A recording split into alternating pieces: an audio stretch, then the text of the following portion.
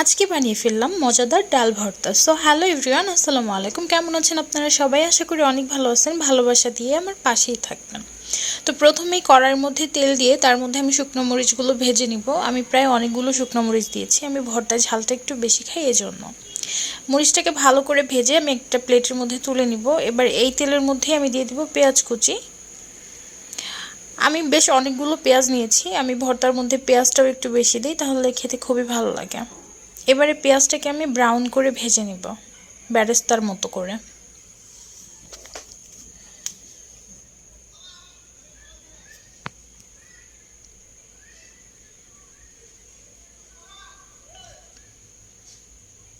পেঁয়াজটা ভালো করে ভেজে এবার আমি ওই প্লেটের মধ্যেই তুলে নিব। একদম বেরেস্তার মতো হয়ে গেছে। এবার আমি একটু লবণ দিয়ে মরিচটাকে ভালো করে ভেঙে নিব।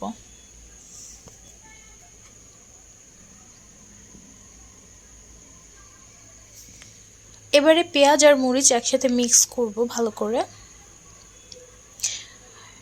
এখন দিয়ে দিব সিদ্ধ করে রাখা ডাল। ডালটা আমি আগেই সিদ্ধ করে রেখেছি, ভিডিও করতে পারিনি। এবারে ডাল আর পেঁয়াজ মরিচগুলো একসাথে মিশিয়ে নিব ভালো করে। আমার কাছে সরিষার তেল নেই, এজন্য তেলটা দিতে পারলাম না, তো আমি দিয়ে দিলাম ধনিয়া পাতা। ধনিয়া পাতা দিলে ভর্তা খেতে খুবই মজার হয়। সো আমার ভর্তা ডান। ভিডিওটা যদি ভালো লেগে থাকে তাহলে সবাই লাইক কমেন্ট শেয়ার দিয়ে আমার পাশে থাকবেন। আসসালামু আলাইকুম, বাই বাই।